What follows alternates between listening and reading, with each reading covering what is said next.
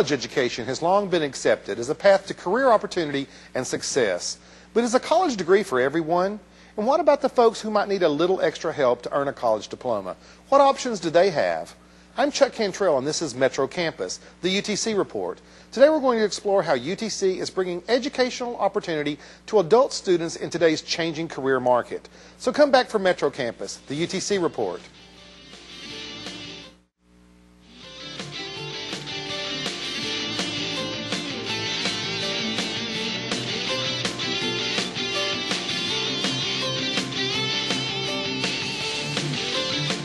Hello, welcome back to Metro Campus, the UTC Report. I'm Chuck Cantrell.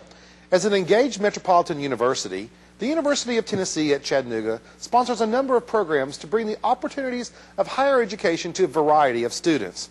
For many years now, one of those programs has been the Educational Opportunity Center, which helps adult students pursue education options. My guest today is Cynthia Wallace, Director of the Educational Opportunity Center. Cynthia, welcome to Metro Campus. Thank you. Let me start out with just asking sort of a basic question. What exactly does the Educational Opportunity Center do? We are a federally funded program that goes out into the 8 counties surrounding Chattanooga and meet adults, recruit adults who might need help getting education and training beyond high school. If they don't have a high school diploma, we start there and get them connected to GED programs. We help with admissions, financial aid, choosing a career, and choosing a college. What counties do you serve exactly? Hamilton, Marion, Sequatchie, Grundy, and Bledsoe in Tennessee, Walker, Dade, and Catoosa in Georgia. And who would be eligible for these services?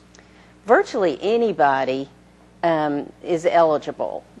66% of our population needs to be low income, first generation, and doesn't have a 4-year degree. I should say that's the only people we don't help, is someone that already has a 4-year degree. And unfortunately, finding someone who qualifies is not particularly difficult in our area, given that we sort of have a low college attainment level right here in this area. Yes, which is why the federal government wants money in this area, because we do have such a low attainment rate. We've been working in the area, this is our 11th year, and never have we had a problem meeting that 2/3 requirement. And as far as numbers go, we work with 1,000 people a year, so that means we go out and find 667 minimum students who meet the criteria of low-income, first-generation college students. Now, I can't imagine that, you see in the media a lot of folks getting laid off, companies closing, plants closing, that your business hasn't just sort of gone through the roof. It is absolutely unbelievable. We can't get enough appointments available for people. We don't have a large enough staff. We have a full year to get 1,000 people, and we're almost there, and our year ends August 31st. So we need more staff to meet the demand, and it's very frustrating for us not to be able to help more. We don't turn people away, but some potential students are having to wait 3 weeks for an appointment, 4 weeks to get in. So the demand is incredible this year. So the economy is affecting your level of business. What kind of problems are people coming to you with? They are, and this is sad for the whole staff. We have difficulty dealing with many, many problems.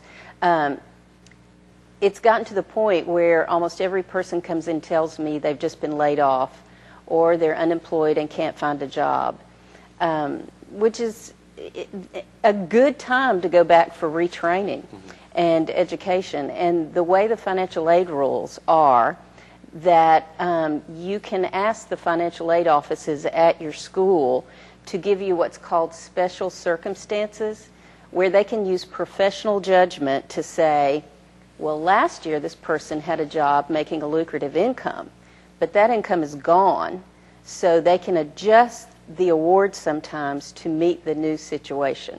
So tell me, you don't just help people get into UTC. Tell me the kinds of admission services that you provide. Well, we start with what do they want to study? What do they want to train to be? And once we establish that, and we have several career assessments, interviews that we do, it's a very personalized service. Then, once we establish what they want to study, we find a school that's right for them. It can depend on what county they live in. Are they mobile? We've sent students as far away as Montana, Pennsylvania, but they have to be able to be mobile and move. Most of our students want to stay right here.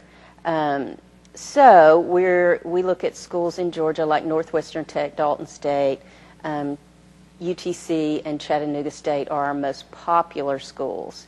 And we help them with the whole admissions paperwork, which is the admissions process and the financial aid process is very intimidating to someone like me who's the first in their family to go to college. You can't call home for advice. You've never heard anything about the process at the dinner table growing up. Well, I know that also your services extend to folks who need to get their high school diploma as well. Yes. And filling out all the paperwork. I know that can be quite intimidating. So we're going to Yes. have to take a break here in a minute. When we come back, we'll continue our conversation about the Educational Opportunity Center.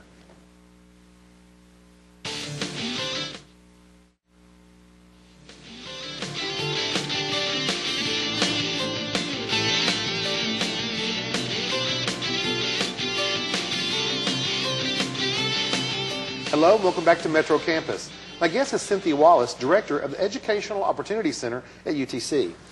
Cynthia, just before we went to the break, we were talking about the colleges you work for, but I know that you also help folks if they don't have a high school diploma. Tell me about your GED services and why you're finding that's more and more important. It's to the point with our economy where you cannot get a job without a GED. It's virtually impossible. So people of all ages are needing to go back and get that GED. So we help them connect to programs in the area. We've got several programs we partner with in the different counties and get them plugged into a GED program. And we encourage them to go ahead at that point. Don't wait until they get their GED, but apply for financial aid so that they can go further for training. And if they decide against it, the money will just sit there. They won't receive it, but it will be waiting for them if they decide to go on. So financial aid isn't available for GED? There is no financial aid available. Okay. Now, occasionally in some of our counties, the agencies will run a special where the county will advertise that you can get so many dollars off or free GED. Mm-hmm. So we try to really tap into those. But other than that, it's pretty much the student coming up with the money to pay for it. Tell me a little bit, and I know that it's hard to say this is the typical person, but tell me a little bit about your clientele base. Well, we target that 2/3 I talked about, low income, first generation, which is so easy to find. But we connect with social service agencies, different GED programs. Maybe graduates want to advance to further training. We go to a lot of prison halfway houses, prison release programs, people wanting to change their lives and get out of that whole cycle, housing developments, and let's see, GED testings. We go out into the rural counties, all the agencies there. We are targeting, I take it very seriously, the budget that the federal money sends down here. So if you think about our budget is not very big, and we're spending it on 1,000 people. So from a federal standpoint, and all the taxpayers that vote, we're a bargain. It costs at least $30,000 a year to incarcerate someone. We can spend, out of my budget, $260 per student.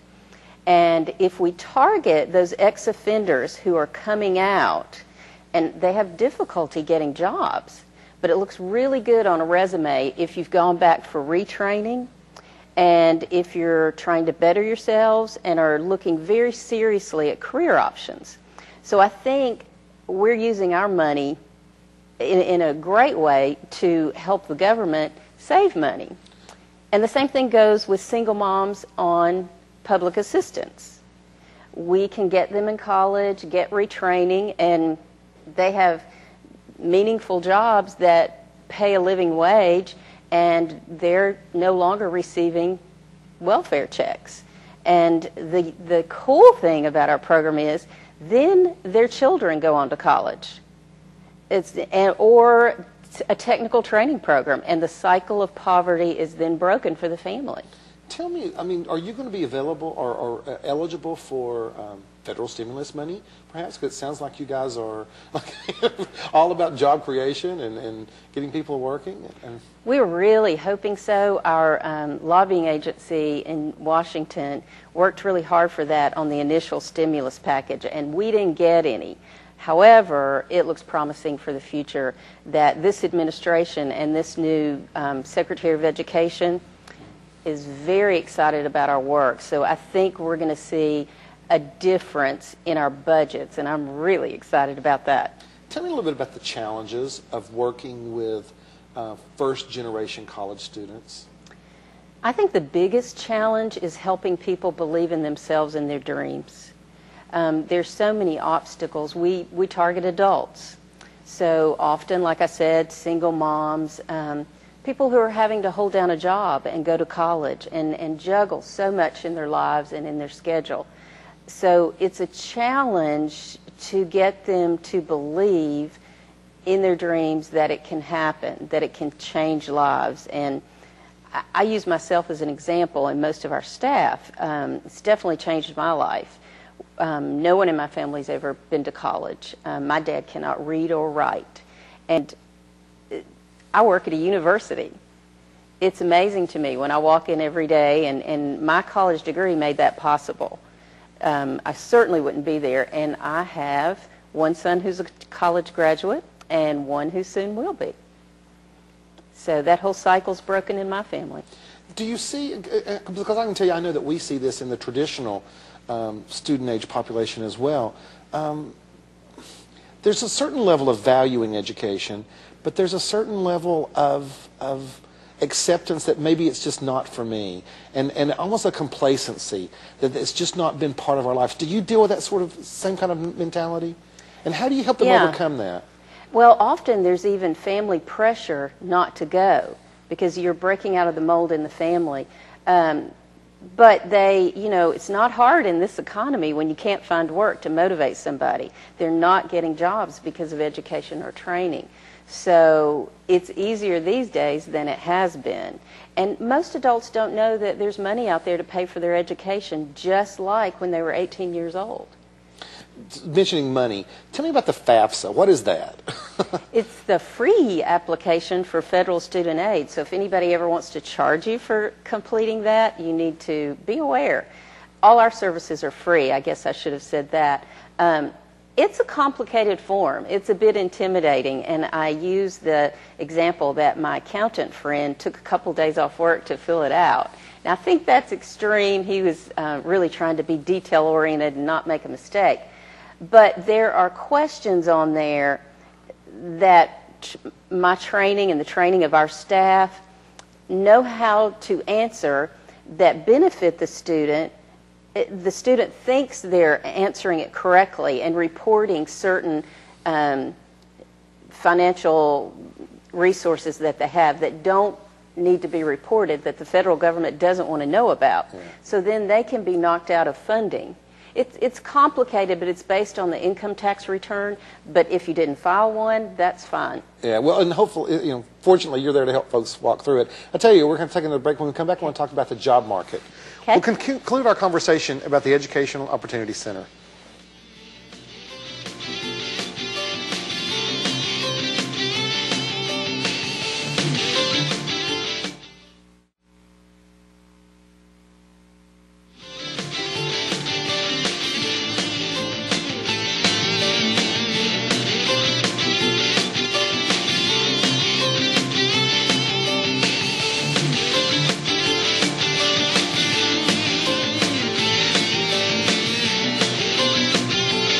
Hello, welcome back to Metro Campus, the UTC Report.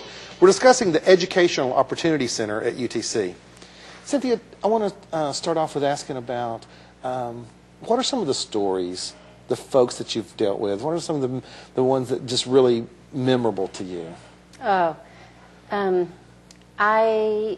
was a young woman who at 14 got pregnant, had the baby at 15, dropped out of high school.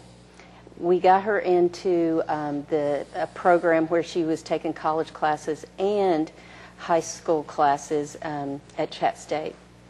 And she then transferred, valedictorian of her class, transferred to UTC to finish up her degree in criminal justice.